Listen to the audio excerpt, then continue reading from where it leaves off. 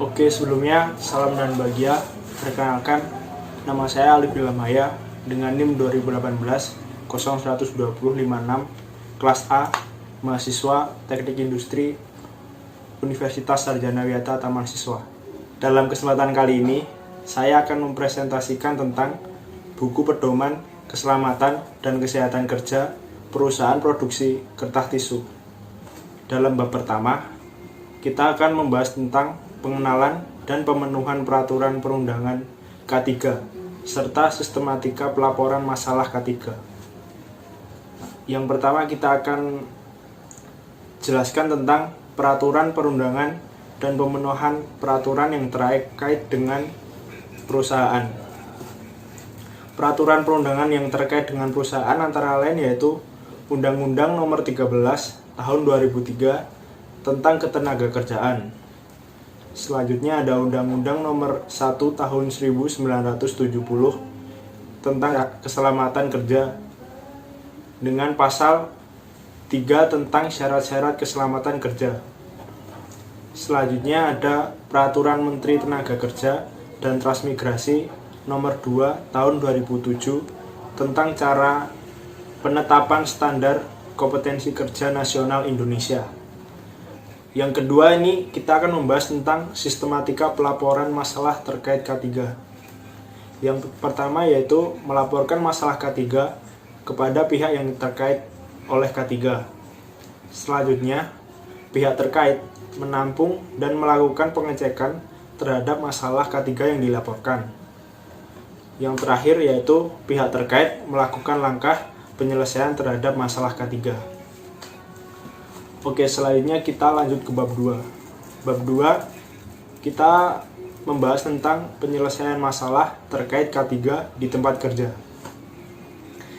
Yang pertama yaitu pihak terkait seperti P2K3 dan staf K3 menampung saran, masukan, dan juga melakukan survei rutin di lapangan terkait masalah dalam K3.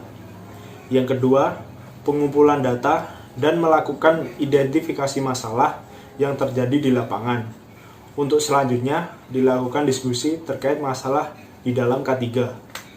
Oke, kita lanjutkan pada bab 3. Bab 3 kita akan membahas tentang kontribusi dalam proses konsultasi, penyampaian informasi, dan terkait isu-isu dalam K3. Yang pertama itu tentang kontribusi.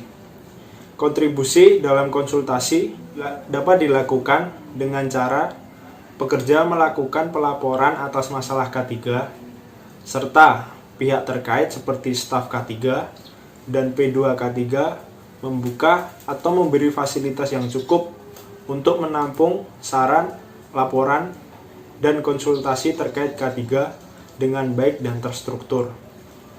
Kali ini kita akan membahas bab keempat yaitu pengelolaan informasi, penerapan strategi, dan pengendalian risiko, juga evaluasi efektivitas pelaksanaan K3. Yang pertama adalah pengelolaan informasi dan data yang terkait dengan K3 dapat dilakukan dengan merangkum dan menyampaikan data informasi dalam digital file atau juga dapat dilakukan dengan pencatatan manual yang nantinya akan diberikan kepada pemangku kepentingan sebagai bahan diskusi. Yang kedua yaitu penerapan strategi terkait K3. Hal ini dapat dilakukan dengan cara identifikasi masalah terkait, lalu membuat sebuah solusi dan disesuaikan dengan keadaan lingkungan yang ada. Yang terakhir kita akan membahas bab tentang penerapan rambu-rambu dan alat perlindungan diri atau APD.